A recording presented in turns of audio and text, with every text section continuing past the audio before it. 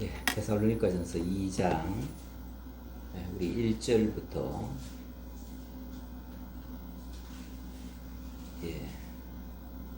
제가 봉독하겠습니다. 형제들아, 우리가 너희 가운데 들어간 것이 헛되지 않은 줄을 너희가 친히 아나니, 너희가 아는 바와 같이 우리가 먼저 빌립보에서 고난과 능욕을 당하였으나 우리 하나님을 힘입어 많은 싸움 중에 하나님의 복음을 너희에게 전하였노라.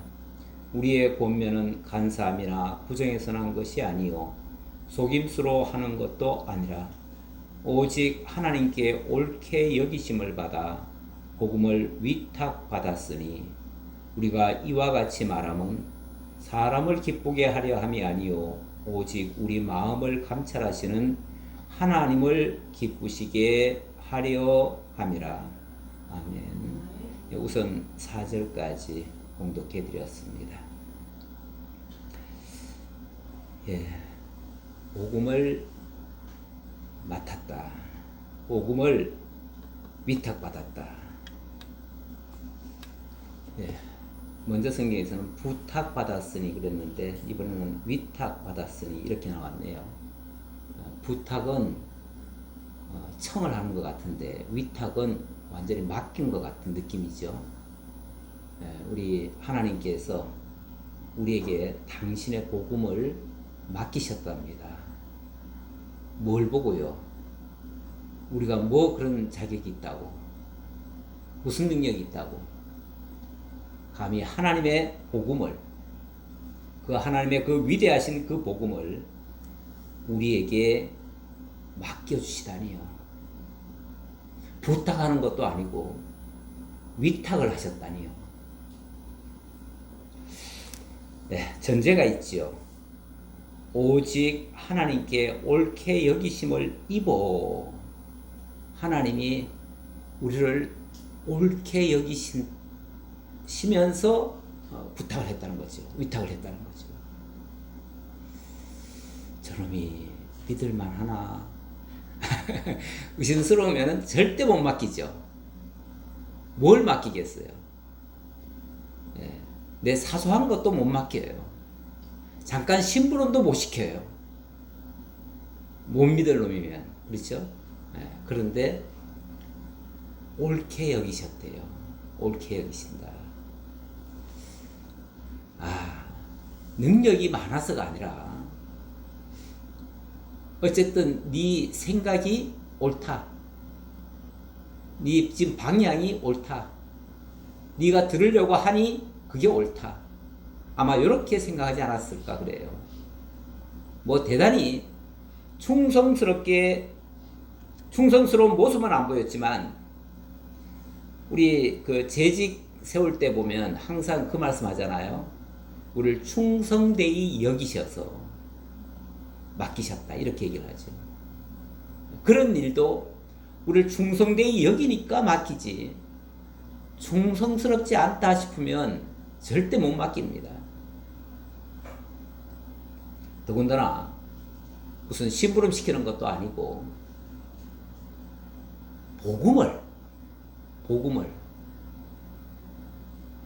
복음이 얼마나 소중한 것이고 얼마나 가치로운 것이고 얼마나 고귀한 것인데 그걸 우리에게 맡겨주시다니.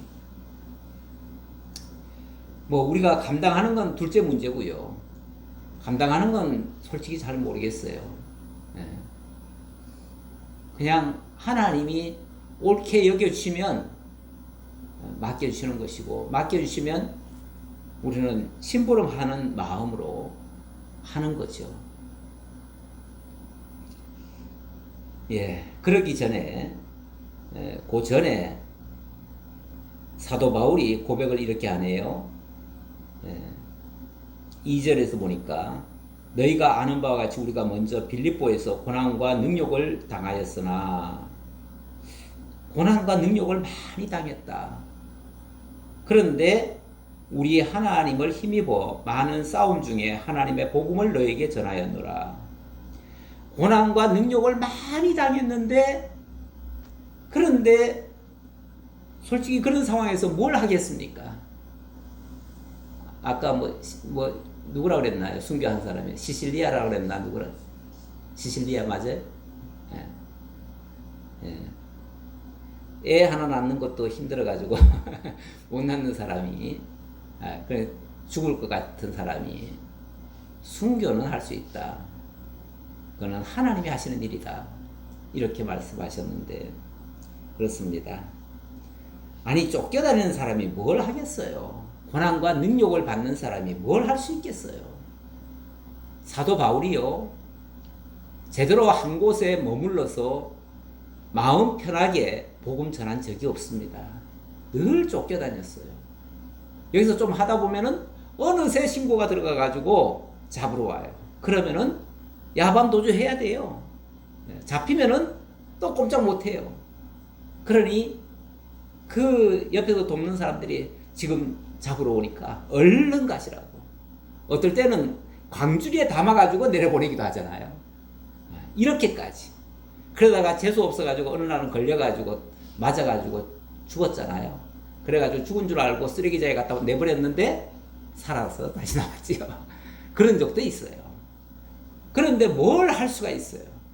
그런데 참 놀라운 것은 그렇게 가로막히고 어렵고 힘든 과정에서 고난과 능력을 받는 가운데서 복음이 진보되었다는 사실. 그게 복음이 가로막히고 못 전한 게 아니고 오히려 복음의 진보가 일어났대요. 제가 지난번에 빌립보서 한번 한 것 같은데 그래서 빌립보 감옥 안에 있으면서도 사도 바울은 감사하다고 기뻐한다고 오히려 밖에서 걱정하고 있는 사람들을 향해서 내가 이 안에서 너무 기쁘니까 너희들도 제발 기뻐해라. 안에서 밖에 있는 사람을 도로 위로할 정도로 나 지금 너무 기뻐. 왜? 들려오는 소식이 복음이 오히려 더 진보가 됐다는 거예요. 내가 감옥에 갇혀 있으니까 성도들이 더 열심을 내고 더 힘을 내가지고 사도 바울이 못한 거 우리가 한다 하고 하더라는 거죠.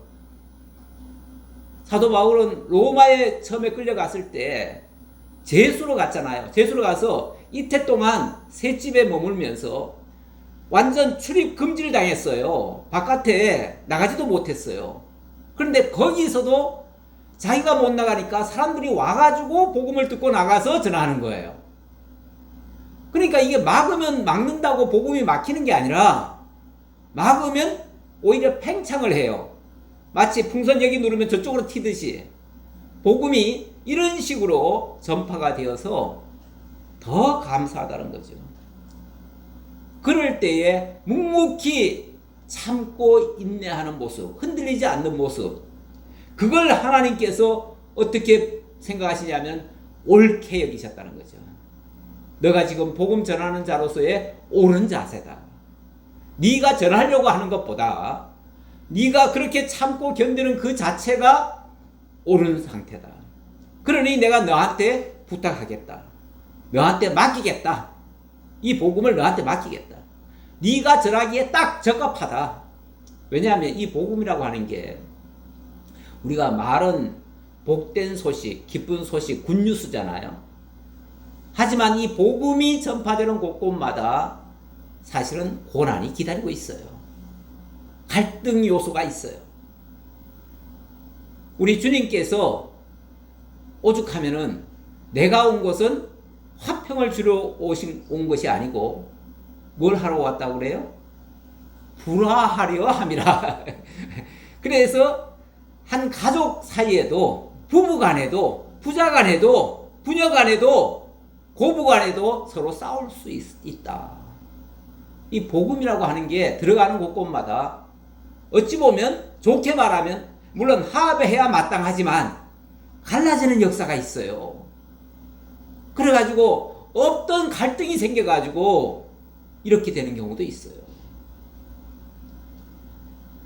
그럴 때에 묵묵히 참고 인내하면서 누구든지 남에게 다 좋은 소리 듣고 싶고 다 칭찬받고 싶고 다 잘되기만을 바라고 있지요.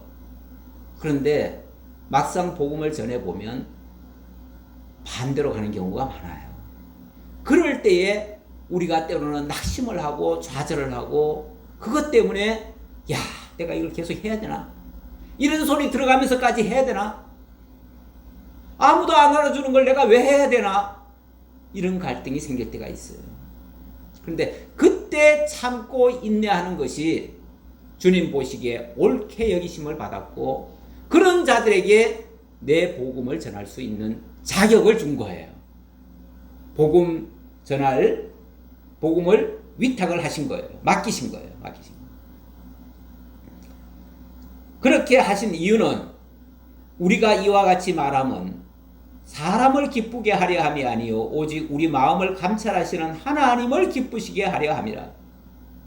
이 복음이라고 하는 게 얼른 들으면은 막 모든 사람들에게 굿뉴스니까 기쁜 소식, 그래서 많은 사람들이 듣기만 하면 다 기뻐가지고 날뛰듯이 이렇게 할 것 같은데 사람을 기쁘게 하려는 것이 아니고 우리를 감찰하시는, 우리를 살펴보고 계시는 그 하나님의 뜻을 이루기 위해서, 그 하나님의 마음을 기쁘시게 하기 위해서 하는 거지.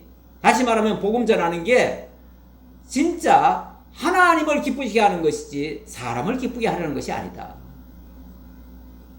그런데 우리가 복음을 전하다 보면 사람한테 포커스를 맞춰가지고 그 사람 기쁘게 하느라고 때로는 막 즐겁게 하느라고 일부러 막 재밌는 이야기 만들어가지고라도 얘기를 하지요.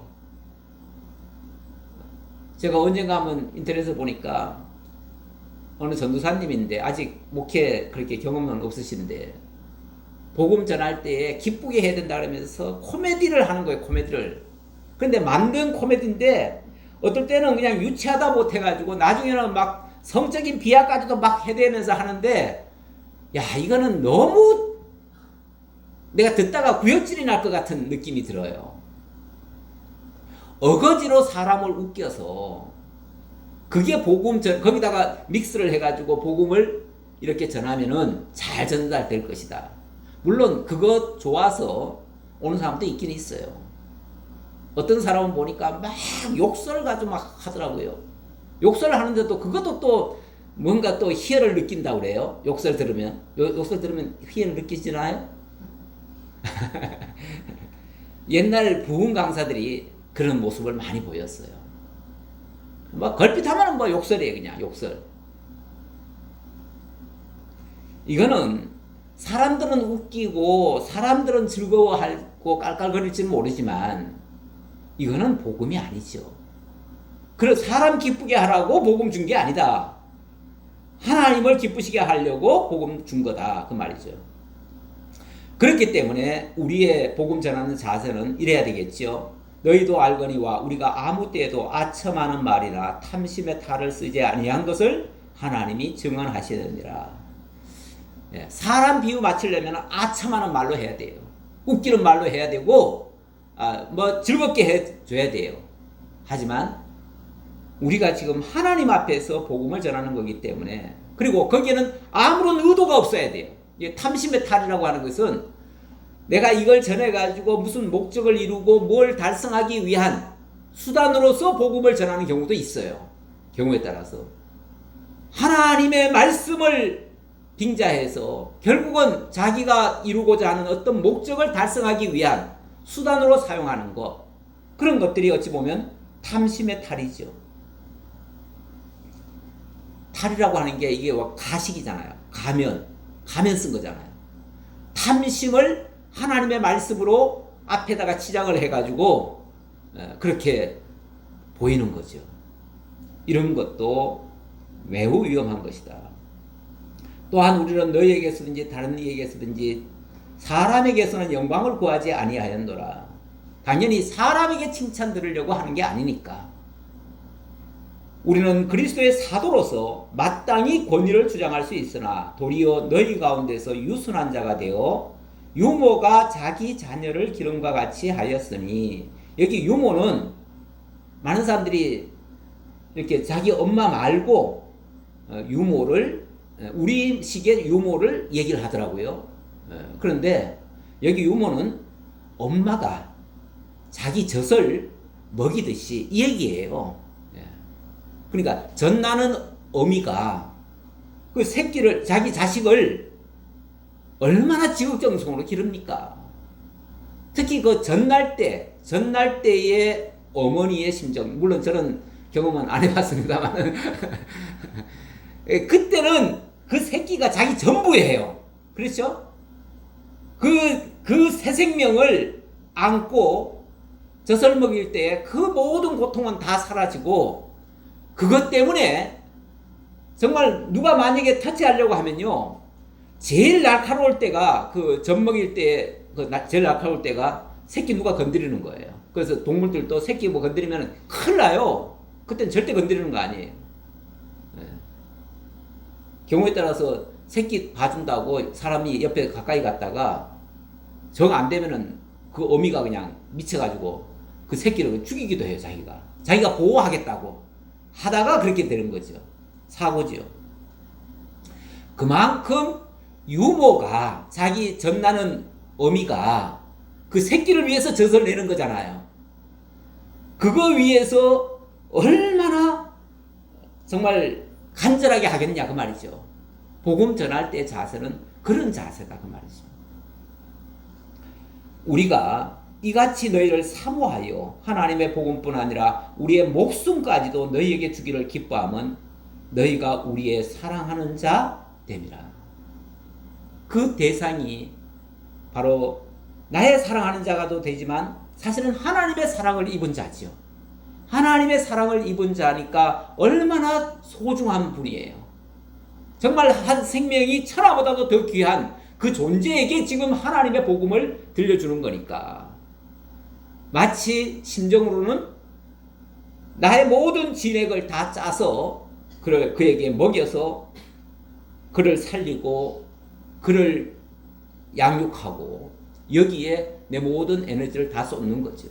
그렇게 하다 보면 경우에 따라서는 우리의 목숨까지도 너희에게 주기를 기뻐한다. 어머니는 그런 심정입니다.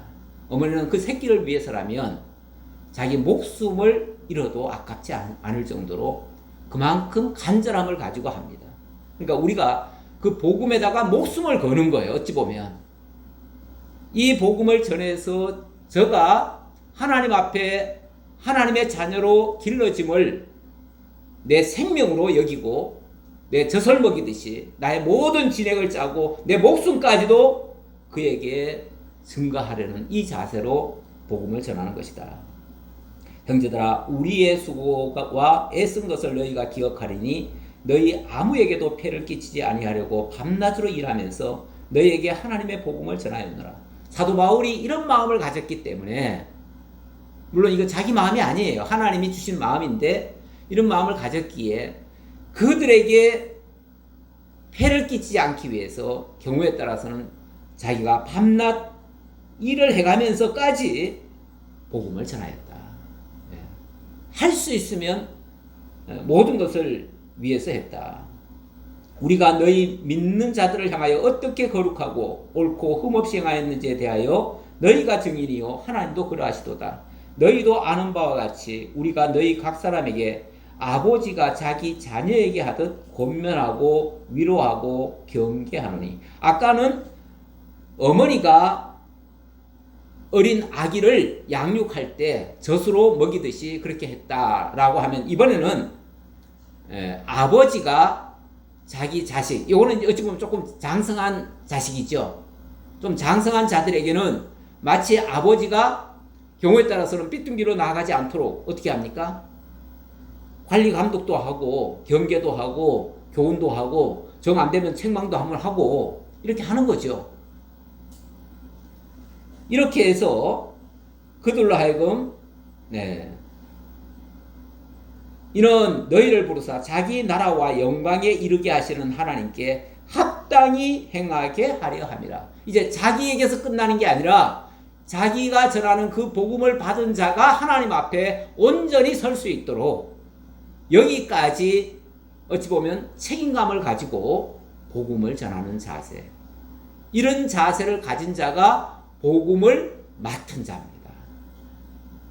기도하겠습니다. 감사합니다. 하나님, 오늘 저에게 복음을 맡은 자의 마땅한 자세가 어떠해야 함을 기억하게 하시기 위하여 오늘 이 말씀을 들려주셔서 감사합니다. 저희들이 본분을 잃어버리고 때때로 하나님의 뜻을 망각한 채 사람을 기쁘게 하고 사람의 눈치를 보고 사람을 위해서만 일하는 사람의 종이 될 수도 있었습니다. 아버지 하나님, 저희에게 늘 각성하고 깨어서 하나님을 기쁘시게 하는 하나님의 참된 종들이 다 되게 하옵소서. 함께 해주심을 감사드렸고 예수님 이름으로 기도하옵나이다. 아멘.